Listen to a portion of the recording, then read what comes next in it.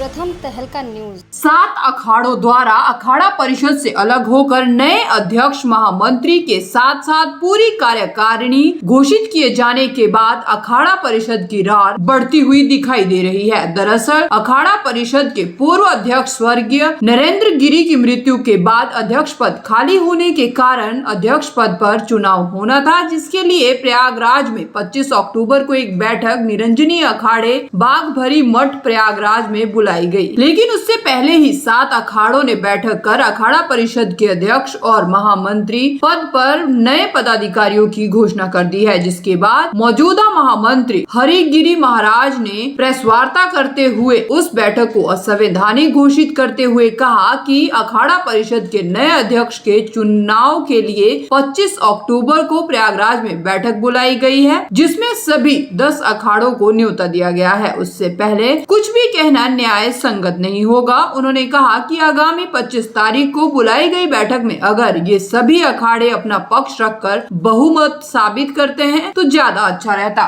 पहली बात है, वो क्या करते नहीं करते हैं वो स्वतंत्र है, मगर जो नियम कानून है, किसी भी मीटिंग, किसी भी व्यवस्था, किसी संगठन के लिए 3 दिन, 8 दिन, 15 दिन या 3 महीना पहले एजेंडा जारी होता है और जारी होने के बाद उस पर कुछ विचार होता है। हमने ठीक सोसाइटी के नियम के अनुसार बैठक 25 तारीख को आहूत प्रयागराज निरंजनी अखाड़ा गंगा तट पे भागीरथी के चरणों में मैंने बैठक की आहूत किया गया है और वहाँ कोई भी जो था वहाँ बैठता और अपना हाथ उठाता, अपना बहुमत सिद्ध करता तो और भी अच्छा लगता। जो तरीका है प्रजातंत्र का, बाकी मतलब जो है निश्चित है, जो व्यवस्थाएं हैं सब स्वतंत्र हैं। कोई भी अपने आप प्रत्येक अखाड़ों के वो कहते महाराज हमको भी अध्यक्ष मान लीजिए, हमको भी अध्यक्ष मान लीजिए। हर आदमी अध्यक्ष बनने को तैयार है और उसका मूलतः अधिकार भी है, राइट भी है। कोई भी अध्यक्ष बनने के लिए दावा ठोक सकता है। अगर बैठक जो बुलाई गई है, जो सदन बुलाए गए हैं, कितने लोग उपस्थित होंगे वो 25 तारीख को मालूम पड़ेगा। 25 तारीख के आगे भी बैठक 1-2 बुलाई जा सकती है। किसी प्रकार से कोई आवेश में, या क्योंकि आवेश में विवेक शून्य हो जाता है।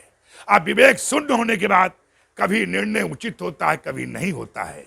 इसलिए अनेक प्रकार का कोई भी चीज हो, बहुत ठंडे, बहुत अस्थिर, बहुत ठंडे दिमाग से विचार करना चाहिए।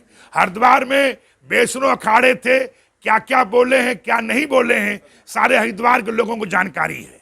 वो कब अलग हो जाते हैं, कब साथ हो जाते हैं और कब क्या कर देंगे, हम उनके बारे में बहुत टिप्पणी नहीं करना चाहता हूँ, क्योंकि स्वतंत्रता उनका अधिकार था अलग होने का भी, और कुछ लोगों के सामने होकर, क्योंकि उनका एक ही लक्ष्य था कि अखाड़ा परिषद को कैसे नुकसान पहुंचाया जा, अखाड़ा परिषद कैसे बदनाम किया जा, अखाड़ा परिषद कैसे धज्जी उड़ाए जा, ये उनका प्लान है। बट निश्चित मेरा ये पूरा विश्वास है प्रजातंत्र में कि आपके सामने बहुमत के आधार पे और सर्वसम्मत से चुनाव करना पहला मेरा काम है।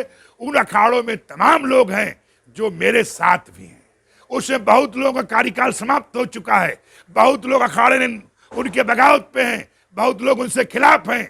असली जो पदाधिकारी हैं बहुत मेरे साथ भी संबंध स्थापित कर रहे हैं और हमसे लोग मिल रहे हैं। प्रजातंत्र है, अनेक प्रकार की व्यवस्थाएं हैं। अगर मैं एक ही भगवान दक्ष से कहूंगा, सबको सद्बुद्धि सद्विचार दें, सब 25 तारीख के बैठक। वहीं इस दौरान निरंजनी अखाड़े के महंत रविंदर पुरी महाराज ने कहा कि गलत तरीके से बुलाई गई बैठक और उसके द्वारा की गई घोषणा पूरी तरह से अवैध है, क्योंकि अखाड़ा परिषद के महामंत्री द्वारा अखाड़ा परिषद अध्यक्ष के लिए बैठक प्रयागराज में बुलाई गई है। अचानक इस तरह से बैठक बुलाकर कोई घोषणा किया जाना न्याय संगत नहीं है। उन्होंने कहा कि जो वैरागी अखाड़ा परिषद में होने की बात कर रहे हैं वे कुंभ के दौरान पहले ही अखाड़ा परिषद से अलग होकर अपना परिषद अलग बना चुके हैं। हमने जो है 25 को प्रयागराज में बुलाया है। 25 में सभी अखाड़े जो हमारे साथ अखाड़े, सब अखाड़े वहाँ प्रयागराज में आएंगे, वहाँ हमारी बैठक होगी, वहाँ चुनाव होगा। देखिए उनकी अपनी इच्छा है, हर कोई महाराज ने बोल दिया अध्यक्ष बनना चाहता है, सबको अपनी अपनी इच्छा होती है। तुरंत उन्होंने आज सुबह सुबह इकट्ठा होकर के मीटिंग बुलाई है। हम उनके विषय में कुछ नहीं कहना चाहते हैं, बल्कि हमारा जो चुनाव है 25 को जो है प्रयागराज में, वो चुनाव हमारा प्रयागराज में होगा। प्रथम तहलका के लिए हरिद्वार से जहांगीर मलिक की रिपोर्ट।